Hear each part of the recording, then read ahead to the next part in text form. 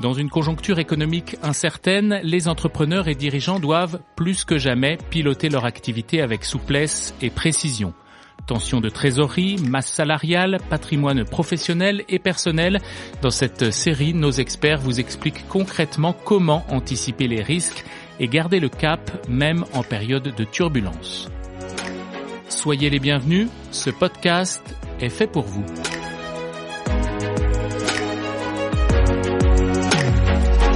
Ce nouvel épisode est consacré à la transmission familiale des entreprises et pour nous aider à y voir clair, notre expert aujourd'hui, c'est Étienne Moreau. Bonjour.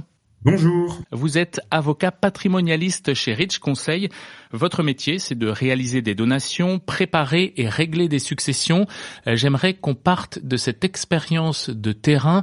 Pourquoi, d'après ce que vous observez, tant de dirigeants hésitent à préparer la transmission de leur entreprise ? Alors, la raison, elle est en réalité assez simple, c'est que le chef d'entreprise, il n'a pas que ça à faire. Le client, il a bien d'autres sujets, a priori plus importants que de penser systématiquement à la transmission de son entreprise. Et donc, on doit l'aider à se concentrer sur ces sujets. Si je prends un exemple que j'utilise régulièrement, l'entreprise, c'est un colis, et sur ce colis, nous allons l'aider à écrire la bonne adresse et à choisir le bon timbre pour que ça arrive au bon endroit et dans les meilleures conditions fiscales possibles. Il y a aussi un aspect psychologique. Oui, c'est-à-dire que envisager auprès d'un dirigeant qui nous a rien demandé la transmission de son entreprise, parfois ça peut être vu de manière très intrusive. Peut-être que parfois l'entrepreneur se dit moi je suis très bien où je suis et eux ils sont déjà en train de penser à ma succession et de me faire mourir. Quels sont les risques à ne pas préparer bien à l'avance une transmission d'entreprise ? Eh bien, c'est l'exemple du colis que je vous donnais tout à l'heure. Imaginez un colis sans adresse et sans timbre. Eh bien, si un jour il arrive quelque part, on aura bien de la chance. Eh bien, l'entreprise, c'est exactement pareil. Déjà, sur le plan du droit civil, les règles qui sont prévues pour l'ensemble des Français qui n'ont pas fait de testament et qui n'ont pris aucune disposition particulière, eh bien, elles s'appliqueront à l'entrepreneur. Sauf que ces règles, elles sont peut-être faites pour les 95% de Français qui n'ont pas d'entreprise, mais certainement pas pour le Français qui a une entreprise.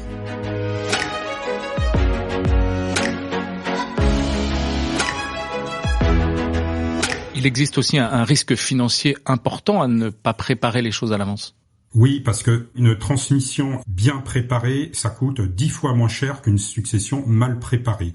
Et une succession mal préparée, ça peut coûter 45% de la valeur de la société, y compris tout l'ensemble du patrimoine. Et donc, ces droits devant être payés dans des délais relativement courts, compris en général entre 6 mois et 1 an, eh bien, ça oblige parfois à faire des arbitrages délicats. Par exemple, une vente de l'entreprise rapide pour pouvoir honorer justement ces droits de succession.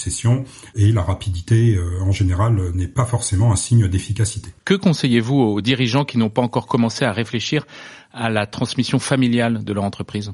Alors, l'urgence, elle est de réfléchir au plus vite. Il ne faut pas se tromper d'urgence. L'urgence, c'est pas de faire vite, c'est de commencer à réfléchir au plus vite. Et plus on a de temps, mieux ça sera fait. Si j'ai plusieurs années devant moi pour organiser une succession, ça sera toujours mieux fait que si j'ai une semaine. Je dis une semaine parce que parfois ça m'arrive d'avoir des délais relativement raccourcis. Et la recommandation, finalement, c'est que c'est jamais trop tard, mais surtout, c'est jamais trop tôt.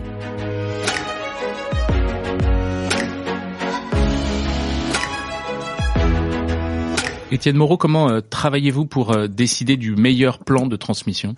Alors, déjà, nous travaillons en équipe. Aucun dossier de transmission ne peut être abordé sans l'étude sur plusieurs angles. L'angle civil, c'est-à-dire finalement le droit de la famille le plus élémentaire possible, le droit de l'entreprise, le droit fiscal et bien sûr tout le volet succession, donation, également l'aspect valorisation de la société et les problématiques financières que ça va engendrer. C'est exactement le même problème qu'en médecine. Vous avez le point de vue du médecin généraliste, le point de vue du chirurgien qui va opérer, le point de vue de l'anesthésiste, le point de vue de celui qui va s'occuper de la rééducation. Et à un moment donné, on peut avoir un très bon traitement pour soigner une pathologie, mais qui va générer des difficultés finalement dans d'autres domaines qui n'étaient absolument pas visibles préalablement. D'où la réunion de ces spécialités. C'est pas un généraliste qui fait tout, c'est impossible. Le droit est suffisamment compliqué justement pour ne pas se permettre ce genre d'approximation, et donc c'est pas un généraliste, mais c'est un ensemble de plusieurs spécialistes du domaine.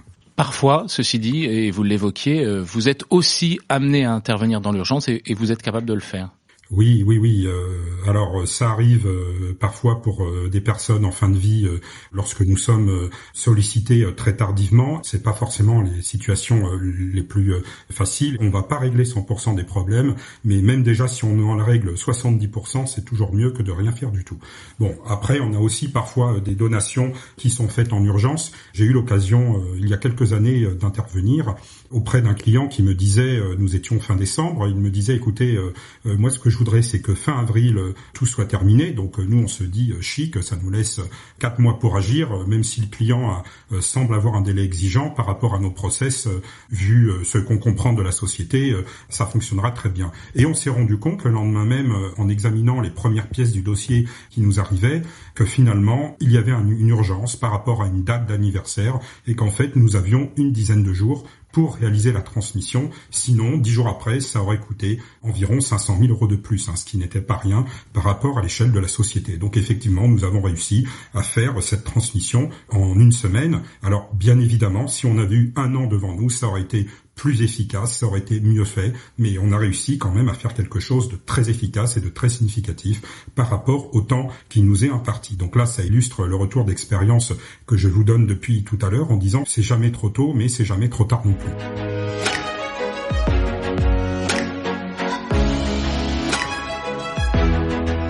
En toile de fond, il y a bien sûr la conjoncture économique. La période actuelle est faite d'incertitudes. Vous n'avez pas de boule de cristal, mais à quoi peut-on s'attendre dans les prochains mois, les prochaines années en matière de fiscalité pour les transmissions familiales des entreprises ? Alors effectivement, pas de boule de cristal. Par contre, une chose est certaine, c'est que la fiscalité successorale ne va pas s'améliorer. Au mieux, ça va rester en l'état, mais ça ne risque pas de s'améliorer, puisque dans tous les courants politiques, on constate quand même une tendance aujourd'hui à revendiquer une hausse de la taxation au niveau des entreprises familiales. Là où aujourd'hui on est sur des 4,5%, ça pourrait monter jusqu'à combien ? Alors effectivement, sur des très gros patrimoines, les transmissions, l'ordre d'idée, c'est de l'ordre de 5,5%. Sur des plus petites structures, on arrive à transmettre avec 0%. Et donc effectivement, votre 4,5% est une tendance plutôt médiane haute. Il est tout à fait probable, je ne vais pas revenir dans le détail des calculs, que finalement ça nous coûte 2 à 3 fois plus cher dans les mois qui viennent. Merci pour ces explications et cette mise en perspective, Étienne Moreau. Vous êtes, je le rappelle, avocat patrimonialiste chez Rich Conseil. À très bientôt. Bonne journée à vous. Et merci d'avoir écouté ce nouvel épisode du podcast Rich Conseil. Dans notre prochain numéro, nous décryptons tout ce que l'expert comptable peut faire pour votre entreprise en plus du bilan annuel.